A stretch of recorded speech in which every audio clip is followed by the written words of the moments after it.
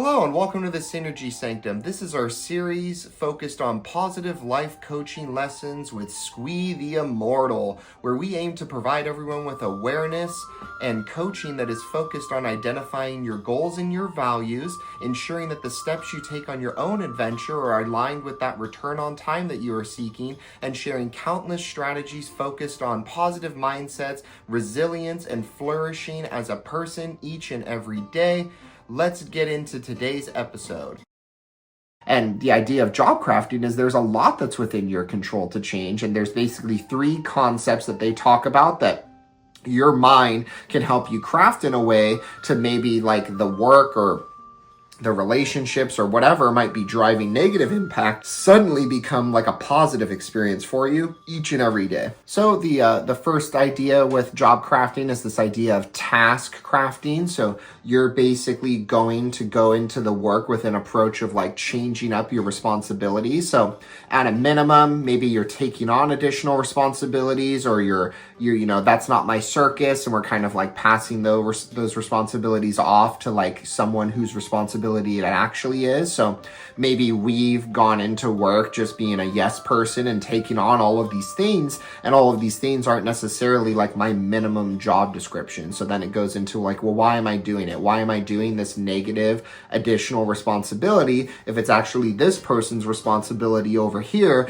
And what actions can I take to like kind of move the responsibilities that I'm taking on? And ideally with this approach, you're adding on responsibilities that fulfill you, that are aligned with your strengths or your goals or your values or your motivations. And now all of a sudden you still might have the same level of responsibilities you had before, but they're responsibilities that you've chosen and you're motivated to do them because of all of these added benefits that are there. And I think it's important to call out with the task crafting as well that it might involve changing the nature of those responsibilities that you have. You're not going to like suddenly be able to say as a customer service person, like, oh, I don't want to talk to customers anymore, or I don't want to like do this type of work or whatever else. Those are like need to do tasks. So you don't get to suddenly just like stop doing the things that your company or your work wants you to do. You instead change your ideas and how you're thinking about those tasks, or you change how you're doing those responsibilities. So maybe it's like how much time you're dedicating to a certain task. I'm over dedicating time, right? Like I'm like over perfecting like the results of this customer interaction, when really I could be like giving that to something that does fulfill me, right? And the important thing here is when we're task crafting, it's not at the sacrifice of the impact of or the quality of whatever you're ultimately doing. So your results don't suffer by suddenly thinking about the responsibilities you're taking on and trying to focus on the ones that are like important to you, right? We don't get to like neglect our need to do tasks, but maybe we either create more time for want to do tasks, or maybe the tasks that we are taking on from others are things that we want to do. Like maybe I want to be doing training eventually. So if somebody needs help creating a training, I'm going to take that on, even though maybe my task is to be like a customer service person, right? Or maybe the store I'm working in wants to like innovate a different process, and they're asking employees who care about it to step up, and nobody is, but I really want to improve my company's processes. So I am going to take this on, even though it's suddenly like another task, right? And maybe it's not directly related to what I was doing, but I now have an additional responsibility that's fulfilling to me. So I'm crafting the tasks that I want to do in a way to where they can happen in work in tandem with the need to do ones like serving customers. The next concept of job crafting is this idea of relationship crafting. So you're basically changing up the relationships or the interactions that you choose to engage with in the workplace. So it's this idea that you're not only reshaping the type of interactions that you have, but you're also reshaping the nature of those interactions, right? So let's say I have a coworker that's always negative and always complaining about things. Is that an interaction that I like want to have in the workplace? Or do I start limiting my time with that person and instead prioritizing time on someone that's like seeking collaborators to work on something or innovate something towards? Or If there's a person that's willing to share knowledge and teach me something, but I'm like shy or I haven't like tried to like engage with them yet, do I suddenly start like taking on that relationship because it is going to lead me towards like gaining mastery or building skills, right? So relationship crafting is this idea that is fully within your control, how you show up at work and how much you want to engage with and who you want to engage with, as long as it's like a need to do, it's not a need to do task, right? So I don't need to show up 100% as the person I am outside of work if I'm not comfortable or I haven't built the trust with the people that exist at work, right? Like I can choose how I show up for these relationships and how much time and energy I invest in them, right? And then in addition to that, it's okay to say no to relationships that are negatively impacting me. So just like it's okay to say no to negative relationships outside of the workplace, it's also okay to say no to those relationships inside the workplace, or to do something in a way to where that awareness is brought to that individual, and either sharing feedback or partnering with your manager or whatever else. Like you don't have to keep taking on negative relationships. There are opportunities for you to try to either think about it in a different way or to minimize the time that is invested in those negative relationships. So another really powerful one with task crafting is relationship crafting. You can choose how and when and what relationships you have when it comes to work, and you don't need to take on all of it, right? Like we should try to do things like helping others and all of those things.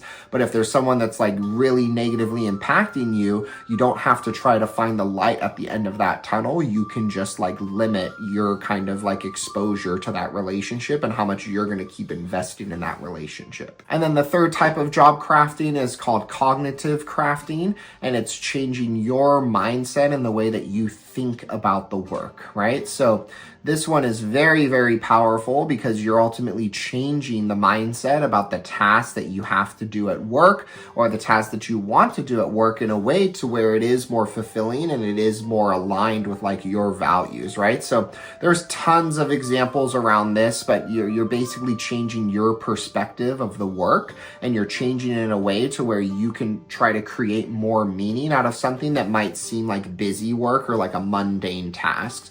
So there's a lot of examples around this, like a custodian working in a hospital might describe their work or think about their work as like cleaning up bathrooms, right? And there might be another custodian in that same hospital that thinks about their work in a way to where they are creating a healthy hospital by their efforts, right? So the motivation now for the second custodian is way higher than the first, and the only difference is how they're thinking about their work, right? So like, how am I thinking about my task? Do I feel like it matters? If I don't, like, how come I don't feel like it matters? Is there some type of mattering that I can like start embedding into my mindset that would then make this task seem less like busy work and something I like get to do or something I look forward to, right?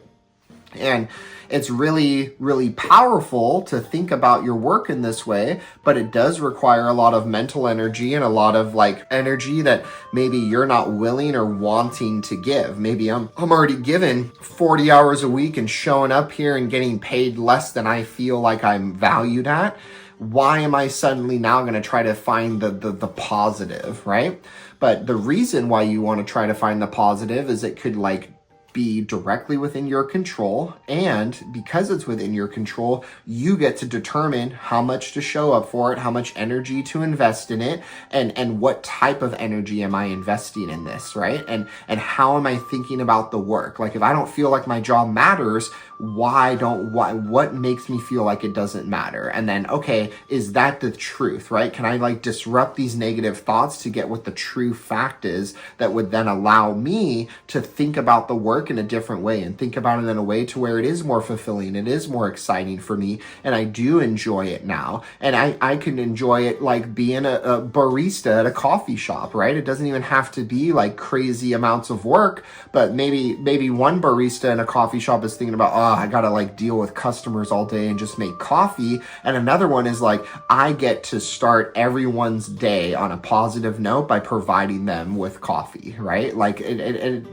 doesn't even matter what the justification is or how we're thinking about it. It's just this intent to like craft it and shift it into a way that is more aligned with what you care about, or more aligned with the meaning or the purpose of the work that you might have lost sight of after X amount of years and X amount of habits and negative experiences from your boss or customers or whatever it is.